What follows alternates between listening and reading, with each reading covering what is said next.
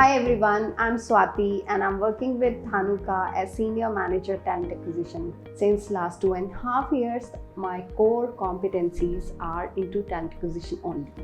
So now let's talk about the art of talent acquisition. Talent acquisition is not just about filling up the positions. You have to have a proactive approach where you need to have a keen eye to identify the organization needs, what are the organization needs, and accordingly how you can tap in the specific talent in the market. So finding the talent in the market is an art. It requires a deliberate process where you need to have that patience, to identify, to tap in that talent. It is a very deliberate process which requires patience, which requires creativity, and then you are able to find and tap in that strong workforce which contributes towards the organization's success.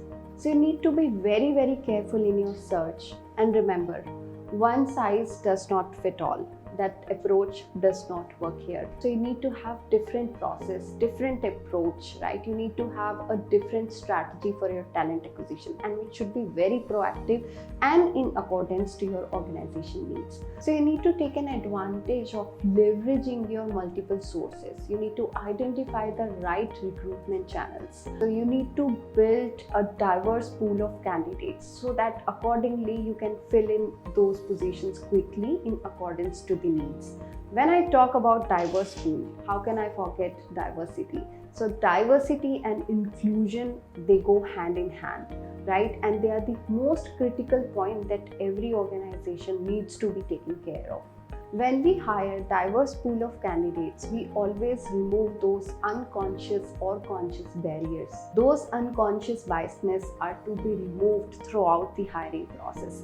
And this needs a complete education, right? You need to educate your hiring manager. Being a talent acquisition leader, I always focus on educating my hiring managers who sit with me, and I always make sure that those unconscious biasness are removed and to be taken care by me.